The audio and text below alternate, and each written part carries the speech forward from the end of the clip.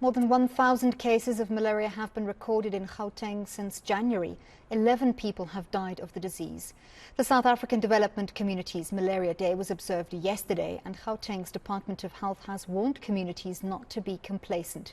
They've urged everyone, especially those who recently travelled to and from malaria endemic areas, to seek medical treatment if they experience symptoms.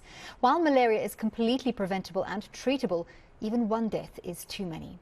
For more, I'm joined now by the Deputy Director for Communicable Disease and Control in the Gauteng Department of Health, Tebogo Matjokotja. Thank you very much for your time this evening. So, as we said, Malaria Day across SADC yesterday. And as we approach the festive season, when many people are travelling, let's talk about those recent cases of malaria in Gauteng. So, it's not an endemic malaria area in Gauteng, but we've recorded 1,103 cases, and as we said, seen 11 deaths, and that's just between January and September this year. So were all those instances cases where malaria was contracted outside the province in areas where malaria is common?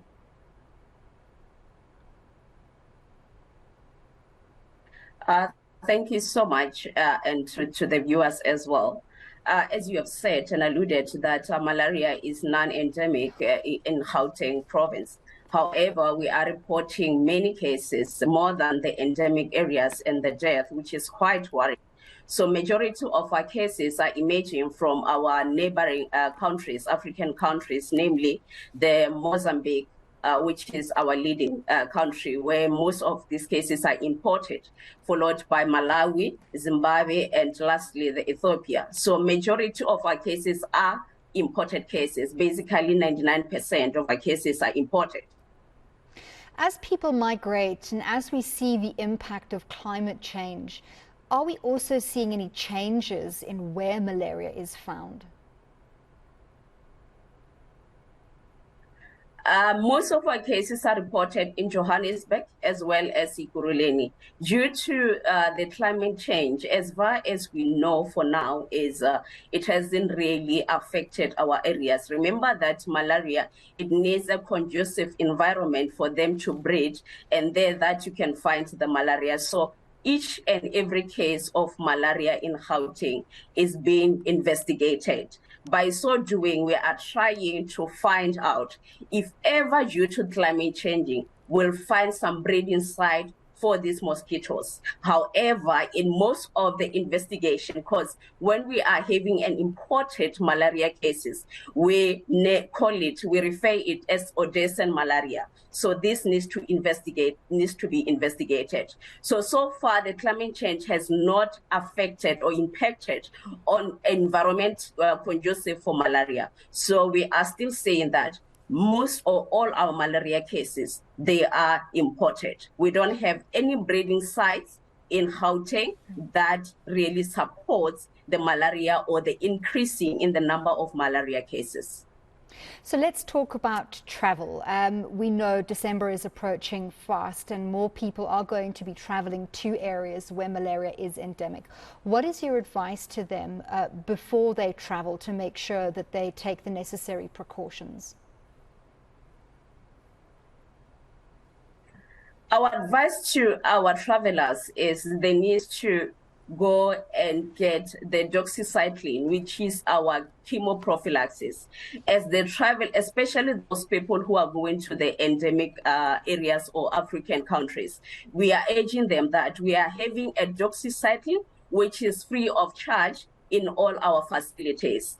Because malaria is a serious problem in Gauteng, we've also extended this prophylaxis to be available in our travel clinics where we normally charge. But in this instance, for the travelers, we'll give the doxycycline free of charge. So the travelers, they must take in consideration that they need to take the malaria prophylaxis a day before they travel. And while they are there during the holidays, they also need to be taking the prophylaxis. And when they return back from Gauteng, they will need to continue with taking this prophylaxis for a period of 4 weeks. However, we also have the melanin, Mositec, as well the Malatec, which are at a cost, of course. So these are the expensive generics that you are having in the province that are available for those that they don't want to take the doxycycline, because with the melanin, you are taking it a day before and then 7 days after you have come back from the endemic areas. And we are also urging our travelers that they also need to be aware that they tell our health facilities or our health professions on how many the time period where they will be visiting, so that enough tablets are being provided to them. And what we want to urge our travelers as well is, especially if they're traveling with the children, the doxycycline is not suitable for children under the age of 8 years, or if they are weighing less than 11 kg. So even on pregnant women, we don't have prophylaxis for malaria. Hence, we are urging year in and year out that should you be traveling, we are really discouraging the traveling of children, especially, and also the pregnant women as well, because they are at high risk of developing severe malaria, which in most cases leads to death.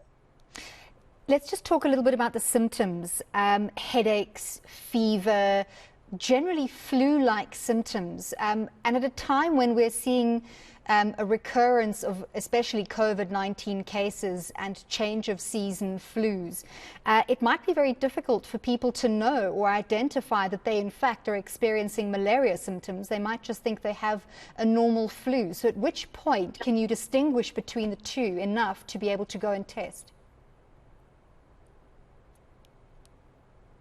Of course, it's very difficult to distinguish between the two because they are seeing the same signs and symptoms. Hence, we are saying and urging our travelers, especially when they come back from the endemic areas in January and February, should you not feel okay and you are having signs and symptoms like fever, the chills, headache, as well as muscle aches, you need to seek medical attention immediately, because the COVID-19 as well as malaria, they share similar signs and symptoms.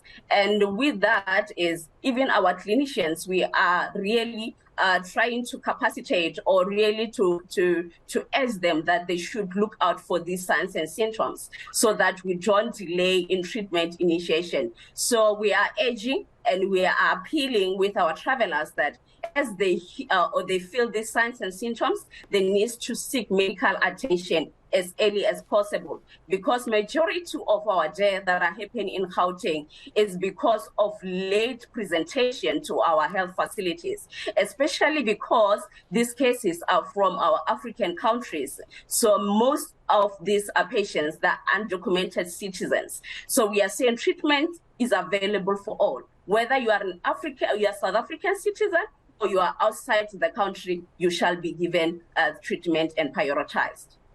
Well, thank you very much for your time, Tebogo Matjokotja, Deputy Director for Communicable Disease and Control in the Gauteng Department of Health.